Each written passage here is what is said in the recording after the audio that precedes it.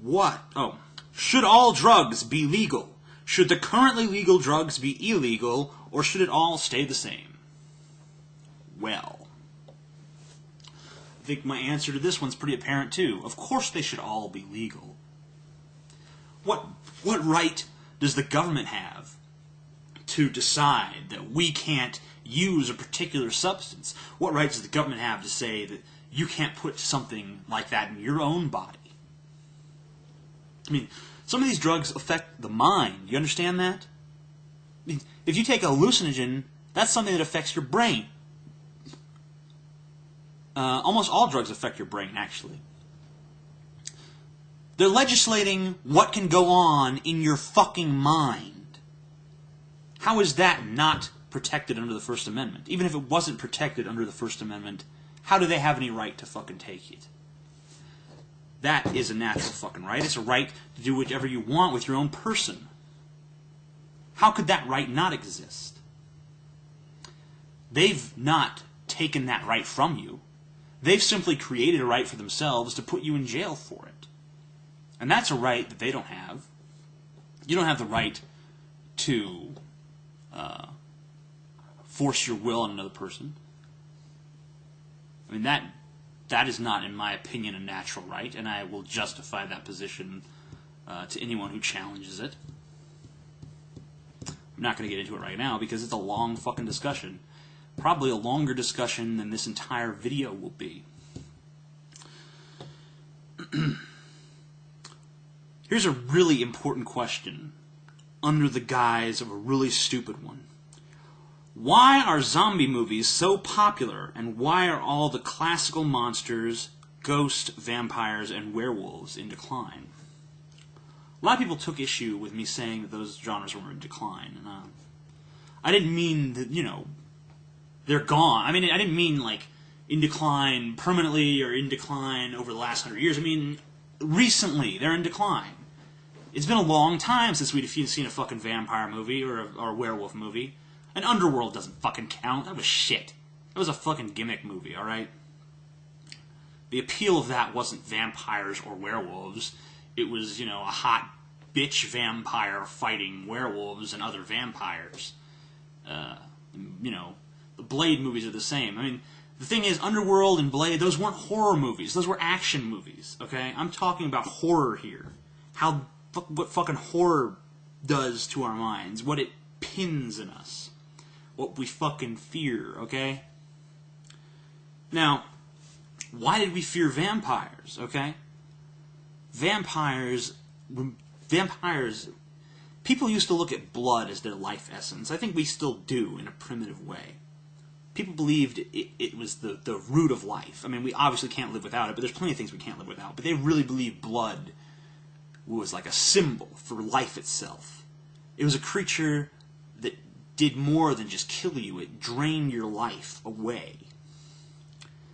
And that's frightening. And it could be a loved one. It could be anyone. Now, the old vampire mythologies, vampires were not suave castle dwellers. They were, basically about as dumb as zombies. They had some cognitive abilities. They were obsessive compulsive. People would drop seeds on their front porches so that the vampires would see the seeds and have to count them, and then when the sun came up, the vampires would disintegrate into ash because they couldn't help but count these seeds. A lot of the stuff about vampires has changed over the years, and they've become sophisticated intellectuals that dwell in castles and seduce maidens. So the mythology changed a lot. They used to be more akin to what we now think of as zombies, actually. But a vampire is scary because not only...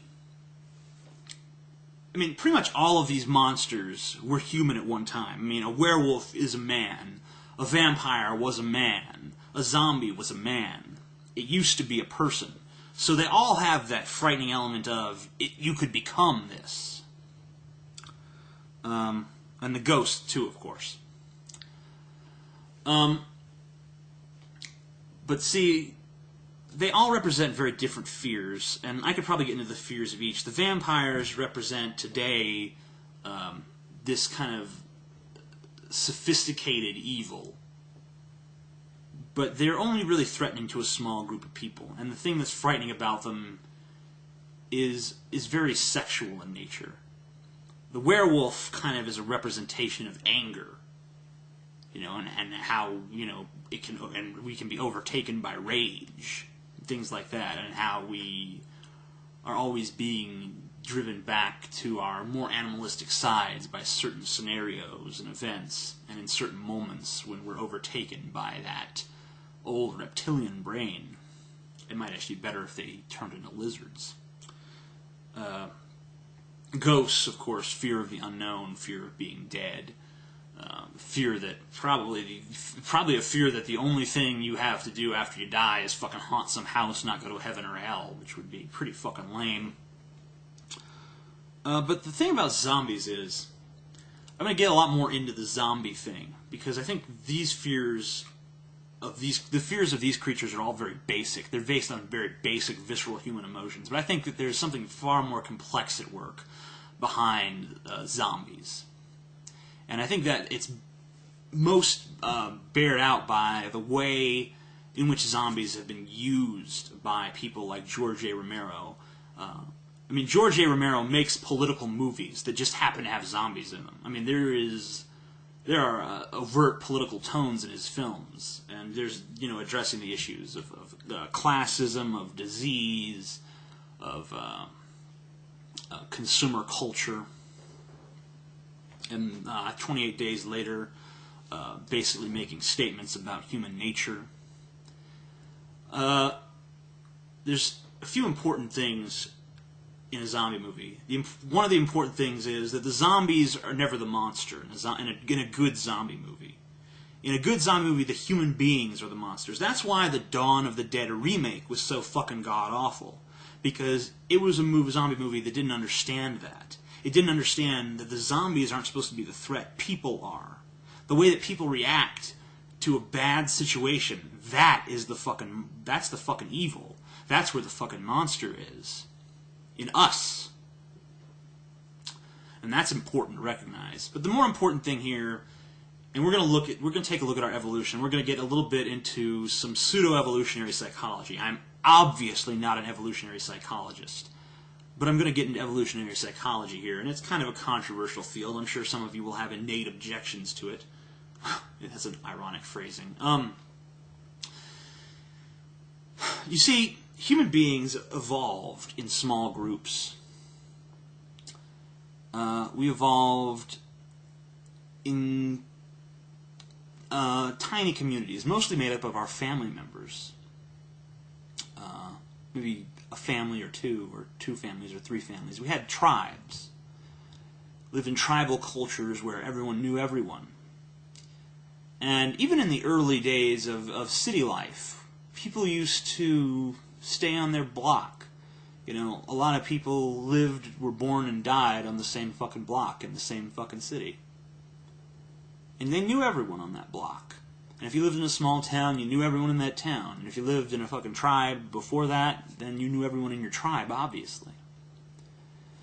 And what do people in tribes and in neighborhoods what do we teach our children to fear? Strangers. That's what we fear more than anything. And really, this is one of the first generations in human history, maybe the second or third generation, where a large portion of the human population live in areas where they are surrounded by strangers at all times. If I go out to lunch, and I did go out to lunch today, I went to McDonald's. That's where I got my man-titties. And I went to this fucking McDonald's, and I am surrounded by fucking strangers. Now, what does a stranger mean? A stranger is someone who you don't know where you stand with, if anywhere. Any one of these people could be a threat. And our minds are hardwired to think of them in those terms. Even if we don't consciously say, well, he might be a threat, and he might be a threat, and he might be a threat, and I do, by the way. Our unconscious minds do. We worry about, what is Bill doing over there? We obviously don't know his name is Bill, but person X. What is that motherfucker at the counter?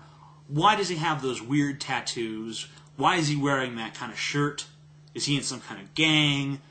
What the fuck is going on here?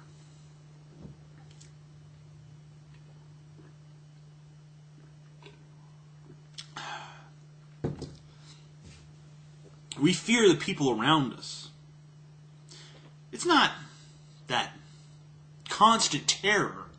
I mean, all you have to do to confirm this is watch the news. Local news, of course. Today, a man was murdered on the 15th block of... Every fucking day. Especially if you live in the city. So we obviously fear... We fear each other, like Hardcase said. But we don't just fear the people who are in another country. We don't just fear the people who vote differently. We fear everyone.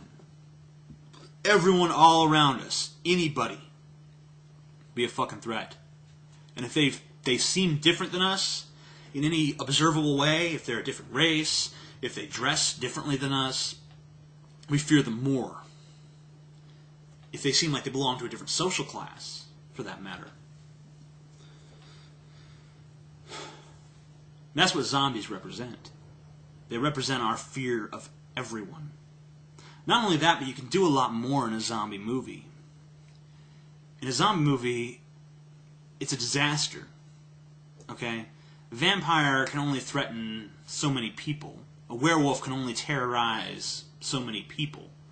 But zombies, that's the end of the fucking world.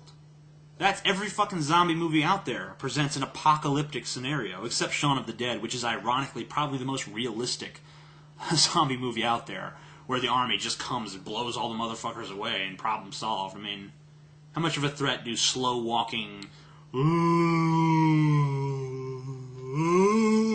brainless motherfuckers actually present?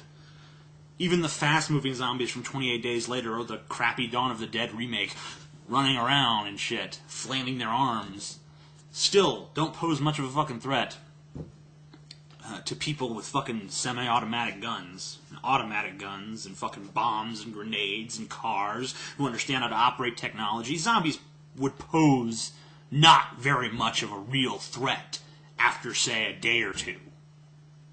We'd get that shit under control pretty fucking fast, I'm willing to bet. And it would take about a year or two to fucking fix the damage that had been done, and then we'd have zombie laws in effect. And this is a totally unrelated gripe, but I'm sick and tired of these fucking zombie movies where it's always a fucking virus now. Ooh, the X virus has been unleashed. What is it in 28 Days Later? It's the Rage virus. In Resident Evil, it's the T virus. Fuck this virus shit. I liked it when they just come back from the dead for no particular reason. Ooh.